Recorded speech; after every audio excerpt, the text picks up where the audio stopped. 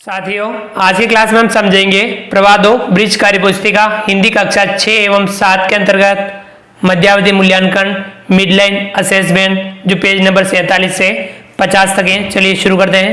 प्रश्न 1, नीचे लिखे अशुद्ध वाक्यों को शुद्ध करके पुनः लिखिए। पहला है मुझे सर्दी अच्छा लगता है, तो मुझे सर्दी अच्छी लगती है। दूसरा है बगीचे में मोरनी नाच रहा है, तो बगीचे में मोरनी नाच रही है। तीसरा, पौधा माली लगा रही है, माली पौधा लगा रहा है। चौथा, सुनीता खाना बनाता है, सुनीता खाना बनाती है। आगे अगला प्रश्न।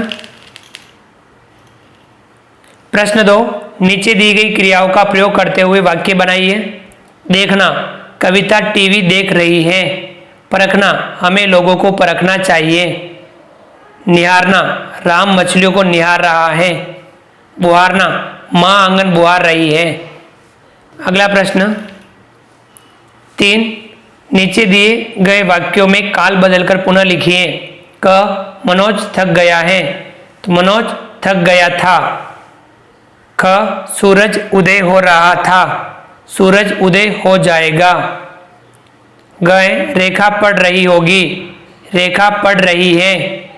ग, पूनम टीवी देखती है, पूनम टीवी देख रही है। अगला प्रश्न 4, निम्नलिखित गद्यांश में विराम चिन्हों का प्रयोग करते हुए पुनः लिखिए। जीजी बोली, थोड़ी देर में हत्यारा बनवीर सिंह चमचमाती हुई तलवार लेकर उदय के कक्ष में घुसा। पन्ना ने पूरी बहादुरी के साथ बनवीर का विरोध किया, बनवीर की आंखों में खून उतर आया। तो इसे विराम चिन्हों का प्रयोग करते हुए लिखेंगे। जीजी बोली, विराम चिन्ह, थोड़ी देर में हत्यारा बनवीर सिंह चमचमाती हुई तलवार लेकर उदय के कक्ष में घुसा। पन्ना ने पूरी बहादुरी के साथ बनवीर का विरोध किया, बनवीर की आंखों में खून उतर आया। तो यहाँ अल्प विराम लगेगा और यहाँ पूर्ण विराम, यहाँ पे भी पूर्ण विराम और यहाँ पे भी पूर्ण विराम लगेगा। चलिए आगे बढ़ते हैं। प्रश्न 5, नीचे दिए गए शब्दों में र के सही स्वरूप का प्रयोग करते हुए शब्द को पुनः लिखिए। मम, तो मर्म, र यहाँ ऊपर लगेगा। ये प्रश्न, प्रकार, गर्व, ट्रक, चक्र। प्रश्न 6, नीचे दिए गए 2 वाक्यों को जोड़कर एक वाक्य बनाइए। क, शारदा भूखी थी, उसने खाना खा लिया। शारदा भूखी थी इसलिए उसने खाना खा लिया। ख, सर्दी की छुट्टियां आई, राधा नानी के घर गई। सर्दी की छुट्टियों में राधा नानी के घर गई। ग, हम जैसलमेर पहुंचे ही थे, सवेरा हो गया। हम जैसलमेर पहुंचे ही थे कि सवेरा हो गया। अगला प्रश्न 7, नीचे दिए गए संवाद को आगे बढ़ाइए। चौक बोल रहा है मैं सबको पसंद आती हूँ, इसलिए लिखने का काम जो करती हूँ। डस्टर कहता है श्यामपट को लिखने जैसा मैं ही तो बनाता हूँ। चौक कहती है मैं लिखूंगी तो तुम्हारा उपयोग होगा। डस्टर कहता हाँ, हम दोनों ही उपयोगी हैं। अगला प्रश्न 8, बताइए इन वाक्यों में कौन सी क्रिया सकर्मक है और कौन सी अकर्मक क्रिया है। क, गोविंद चित्र बना रहा है, सकर्मक। ख, आशा खाती है, अकर्मक। ग, भरत पानी भरता है, सकर्मक। ग, किरण आती है, अकर्मक। प्रश्न 9, नीचे दिए गए वाक्यों को सही क्रम में लगाकर लिखिए। क, बहादुरी से नाना साहब आ गए, दोनों थे कि बाहर। नाना साहब की बहादुरी से दोनों बाहर आ गए। ख, मेले है दृश्य चित्र का लगाना, मेले का दृश्य चित्र लगाना है। ग, चाहिए भरा व्यक्ति को रहना आशा से, व्यक्ति को आशा से भरा रहना चाहिए। अगला प्रश्न 10, निम्नलिखित गद्यांश को पढ़कर दिए गए प्रश्नों के उत्तर दीजिए। एक किसान के 4 बेटे थे, तंदुरुस्त लेकिन निकम्मे, दिन भर आवारागर्दी करते, कोई काम नहीं करते थे। एक बार किसान बीमार पड़ा, उसने बेटों को बुलाकर कहा मैं अब नहीं बचूंगा, तुम लोग मेरी मृत्यु के बाद जमीन में गड़ा धन निकाल लेना। जल्दी ही वह चल बसा। चारों बेटों ने पूरा खेत खोद डाला मगर कुछ हाथ न लगा। वे बहुत निराश हुए। तभी एक ने कहा, खेत में हम गेहूं बो देते हैं। उस साल बहुत अच्छी फसल हुई, उन्हें बहुत लाभ हुआ। अब उन्हें समझ में आया कि असली धन तो मेहनत है।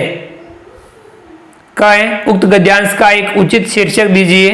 बुद्धिमान किसान। क किसान ने बेटों को बुलाकर क्या कहा? किसान ने कहा, अब मैं नहीं बचूंगा, तुम लोग मेरी मृत्यु के बाद जमीन में गड़ा धन निकाल लेना।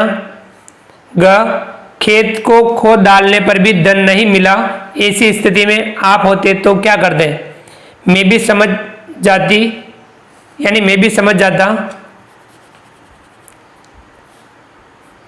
समझ जाता कि मुझे खेती करनी है।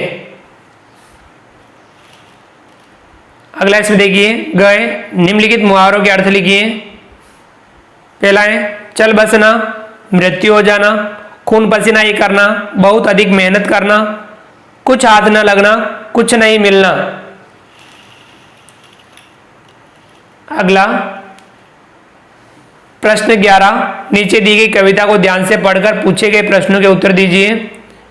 नन्ही चींटी जब दाना लेकर चलती है, चढ़ती दीवारों पर 100 बार फिसलती है। मन का विश्वास रगों में साहस बढ़ता है, चढ़कर गिरना गिरकर चढ़ना न अखरता है। आखिर उसकी मेहनत बेकार नहीं होती, कोशिश करने वालों की हार नहीं होती। बहुत अच्छी कविता है, शानदार कविता, अपने जीवन में भी काम आने वाली कविता है।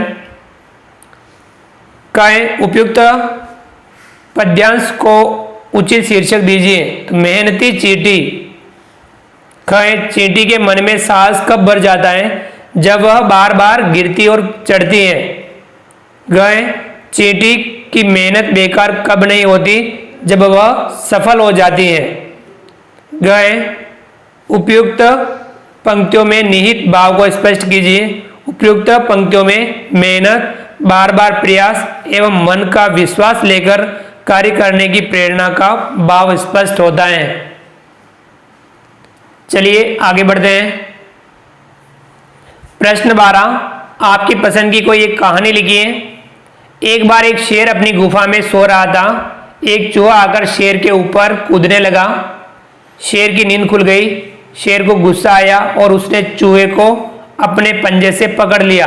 चूहा डर गया और बोला, आप मुझे छोड़ देंगे तो आपका बहुत उपकार होगा। शेर को दया आ गई और उसने चूहे को छोड़ दिया। एक दिन शेर जाल में फंस गया। शेर जोर जोर से दहाड़ा। यह सुनकर चूहा वहां आया और जाल को काट दिया। शेर आजाद हो गया और चूहे का बहुत धन्यवाद किया।